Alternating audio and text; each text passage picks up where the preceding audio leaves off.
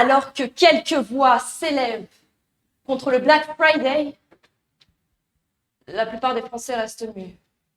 Surfer sur Amazon et recevoir ses colis le sourire aux lèvres ne nécessite en effet pas de lever la voix. Uniquement l'index pour cliquer sur livraison 2 jours ouvrés. Mais qu'est-ce que le Black Friday? Événement commercial devenu incontournable outre-Manche, où il est apparu dans les années 1950, il est l'exutoire des pulsions consommatrices de millions d'Américains. Et depuis peu, de millions de Français. Si combler ses besoins ou ses envies peut paraître anodin, participer au Black Friday est pourtant loin de l'être. Mais trop tard. Le clic est enclenché, le mal est fait. C'est une paire de chaussures que vous venez de choisir sur le célèbre site de M. Bezos. Mais d'où peut bien venir cette offre massive de produits high-tech, de vêtements à la mode et autres gadgets? Je pense ne rien vous apprendre en vous disant que votre paire de chaussures aura déjà parcouru bien des kilomètres avant de venir accompagner vos propres déplacements. En revanche, ce que vous ignorez peut-être, ce sont les modalités de stockage de ces articles. Pour un événement comme le Black Friday, c'est l'offre qui précède la demande. Les fournisseurs comme Amazon tâchent donc de stocker des quantités massives de produits afin d'assurer une livraison toujours plus express. Cela induit bien nécessairement des entrepôts de stockage aux quatre coins du pays. Là, vous vous attendez peut-être à ce que je déplore, blâme, condamne ce coup d'avance perpétuel des fournisseurs sur nos propres achats. Eh bien non. Pourquoi le ferais-je d'ailleurs? Cela est source d'emploi, n'est-ce pas? Des entrepôts du e-commerce, ce sont des régions redynamisées. Un accès à une livraison express, des sols artificialisés et des forêts tout entières et leur biodiversité détruites. Que de bienfaits pour l'humanité. Bon, peut-être faut-il faire une croix sur les matchs de football de la région. Rien qu'à lui seul, l'entrepôt de Brétigny-sur-Orge de notre bonne vieille firme Amazon couvre en effet une superficie de 142 000 mètres carrés, soit l'équivalent de 20 terrains de foot. Mais bon, rappelez-vous, la livraison express. En tout cas, votre colis est en cours d'empaquetage. Sur ce point-là, vous êtes persuadé d'être écologiquement irréprochable. Il est uniquement question d'un carton, ni plus ni moins, pas de polystyrène ou autre matière peu respectueuse. Et vous avez tort. C'est que le vide à l'intérieur de ces colis pèse lourd. En effet, compte tenu de la standardisation de l'emballage, les colis font l'objet d'un conditionnement surdimensionné. Le vide peut même représenter jusqu'à 71% du volume total du colis, selon une étude de l'entreprise DS Smith. Pire encore, on estime chaque année que 122 millions de tonnes de dioxyde de carbone sont émises en raison du transport de vide.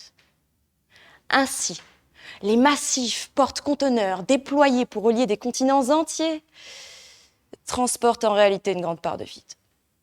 Peu importe, votre colis est en cours d'expédition. Qui dit expédition, dit livraison. Et sur ce point, il faut que je précise quelques méfaits de la livraison à domicile et express, très plébiscitée en temps de Black Friday. C'est un mode que vous avez d'ailleurs choisi. Un trop-plein d'impatience à cliquer à votre place, dira-t-on pour vous excuser. Mais vous excusez de quoi? Tout d'abord, pour ce qui est de la livraison à domicile, ce type de livraison induit ce qu'on appelle le dernier kilomètre. Cette distance correspond à celle parcourue par le camion de livraison lorsqu'il est dans le segment final de sa destination. C'est-à-dire le moment où il doit s'introduire dans les grandes agglomérations, les centres-villes, pour assurer la livraison à domicile. Or, plus le destinataire voit son colis se rapprocher, et plus le coût écologique de cette livraison augmente au cours du dernier kilomètre. En cause notamment les embouteillages des grandes agglomérations, que les camions de livraison intensifient, même. C'est donc forcément les émissions de CO2 qui sont aussi intensifiées. Et pour ce qui est de la livraison express, alors en plus de surmobiliser les travailleurs le temps de quelques jours, elle induit aussi des émissions de gaz à effet de serre pouvant être comparables à celles, tenez-vous bien, de 7 millions de voitures par an. Juste le temps du Black Friday. Mais bon, en tout cas, votre colis est enfin arrivé. Après 24 heures d'attente déchirante, le voilà, enfin. Seul bémol, il ne vous convient pas. Pire encore, c'est une contrefaçon. Vous décidez donc fatalement de retourner le colis. Il sera mieux là d'où il vient, vous dites-vous, pour relativiser. Ce n'est pas tellement vrai. Un colis retourné, ce sont tous les facteurs qui ont été utilisés pour le livrer multipliés par 2, soit le nombre de kilomètres, le frais urbain et donc les émissions de gaz à effet de serre. Toujours la pollution, on en revient. Donc, forcément, la livraison pendant le Black Friday est bien plus impactante qu'une livraison traditionnelle. Et de toute manière, même si vous aviez conservé cette paire de chaussures, son sort n'aurait peut-être pas été meilleur. En effet, la brièveté du Black Friday induit une précipitation dans l'achat. Nous sommes poussés par la réduction et non par la réelle nécessité. Il n'est donc pas étonnant de constater que plus de 2/3 des Français avouent déjà avoir acheté au moins un vêtement qu'ils n'ont jamais porté, selon un rapport de Greenpeace en 2016. Si commander sa nouvelle tenue pour le Black Friday peut donc paraître faire une bonne affaire, c'est donc déjà à condition qu'elle ne reste pas au placard. Quant à moi, je ne suis pas un modèle écologique. J'ai parfois recours à des commandes en ligne. J'achète parfois de la fast fashion. Et j'utilise même très souvent des appareils très consommateurs. Collectivement, nous prenons trop de distance avec ce que l'on engendre par nos désirs, ce que l'on cause par nos achats. Et je ne demande pas là une culpabilité dévastatrice, des cris, des pleurs, contre notre propension à consommer excessivement et égoïstement. Non, ce que je demande, c'est la conscience. Et la conscience implique la responsabilité. Il faut que chacun s'applique à s'interroger sur sa participation au Black Friday. Car au final, le coût de cette journée, ce ne sont pas les réductions que nous avons pu réaliser, non. Le coût de cette journée, le vrai, c'est le prix d'un environnement toujours plus malmené pour assouvir nos désirs. Car si des clics on en fait tant, à quand le vrai déclic ?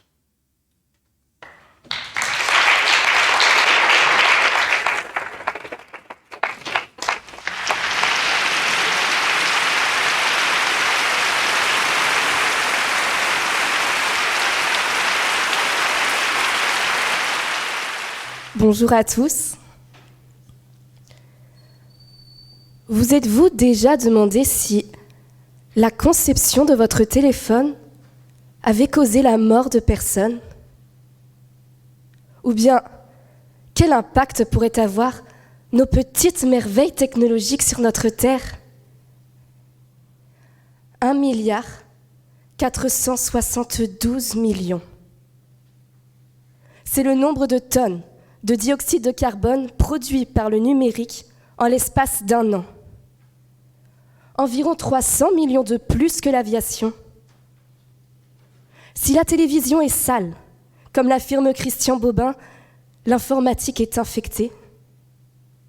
C'est un immonde virus qui a touché tout le monde, que ce soit nous les jeunes, qui sommes plongés depuis notre plus tendre enfance dans le luxe occidental, ou bien les adultes qui travaillent, qui communiquent et qui paient même leurs impôts via leurs ordinateurs.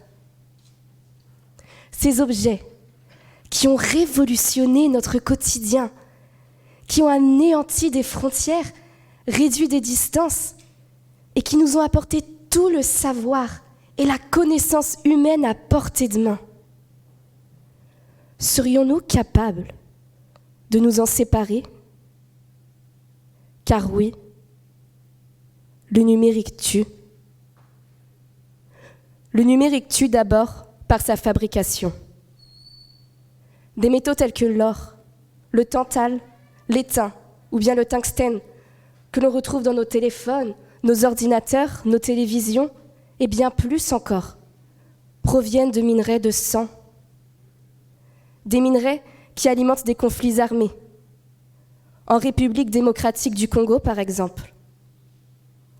Ainsi, combien de mineurs ont versé leur sang en se retrouvant malgré eux au cœur d'affrontements pour le contrôle de ces mines, source de richesse.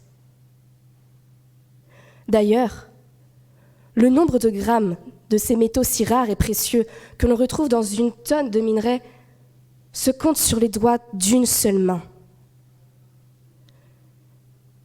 Et dois-je mentionner la fabrication qui a lieu, bien évidemment, dans des pays d'Asie tels que la Chine ou l'Inde? Des pays qui n'ont pas exactement les mêmes prétentions salariales qu'en Europe? Et si les substances que l'on retrouve dans nos appareils représentent un danger pour l'environnement, elles ne le sont pas moins pour l'homme. Ainsi, combien de familles, combien d'enfants risquent leur vie chaque jour et sont payés une misère pour fabriquer des produits aussi bien néfastes pour nous que pour la planète. Mais ça ne s'arrête pas là, car la course à la consommation commence et les fabricants empêchent délibérément le réemploi de nos appareils. Ainsi, tout est mis en œuvre pour acheter plus et polluer plus. Seulement, le numérique tue encore entre nos mains, car chaque lien Internet sur lequel nous cliquons, chaque vidéo qui se met automatiquement en route sur les réseaux sociaux, chaque mail ou chaque spam stocké sur notre boîte mail pollue bien plus que nous l'imaginons. La plus infime petite action effectuée sur Internet va parcourir environ 15 000 km de câbles qui polluent terres, mers et océans, et sera ensuite stockée dans des centaines de serveurs. Seulement, d'après vous, quelle quantité d'énergie dévore ces serveurs ainsi que la climatisation qui le refroidit? Plus de 126 milliards de litres de CO2 sont émis par heure à cause des mails. Google, en répondant à 47 000 recherches par seconde, rejette plus de 500 kg de CO2 dans le même temps. Mais le numérique tue toujours, après sa mort. Plus de 15% de nos appareils, moins de 15% de nos appareils seront recyclés ou réparés aujourd'hui en France. Mais alors, me diriez-vous, qu'advient-il des 85% restants et des substances toxiques qui les composent? Eh bien, la réponse à cette question reste étonnamment très floue. Mais nous savons que bon nombre d'entre eux se retrouvent entreposés en Afrique ou en Asie, les poubelles de l'Occident. Ces cimetières du numérique, ces décharges à ciel ouvert, représentent un danger non seulement pour l'environnement, mais également pour les populations locales, telles que celles du Ghana, qui respirent des fumées toxiques d'arsenic, de plomb, de cadmium, des fumées qui empoisonnent également les aliments et qui provoquent des maux de tête, des irritations de la peau, mais encore des maladies bien plus graves, telles que le cancer. Et qui sont les principales victimes dans tout ça? Les enfants. Les enfants qui brûlent ces déchets afin d'en extraire le cuivre et d'autres matières premières, simplement pour vivre. Bien entendu, je ne souhaite accuser personne ici. Nous sommes tous coupables des maux de la terre et nous avons commis des erreurs par le passé qui risquent de causer notre perte. Mais nous sommes la nouvelle génération. Et j'en ai bien peur, celle de la dernière chance. Demain, ce sera à nous de rectifier le tir et d'empêcher notre déclin. Et bien que nous ne soyons pas vraiment aidés aujourd'hui, bien que la plupart des femmes et hommes politiques fassent l'autruche pendant que nous apprenons à faire la différence entre l'homme de l'animal, nous devons agir. Nous devons agir vite et maintenant. Nous sommes la première génération à être née avec le numérique. Faisons en sorte de ne pas être la dernière de l'humanité. Merci beaucoup.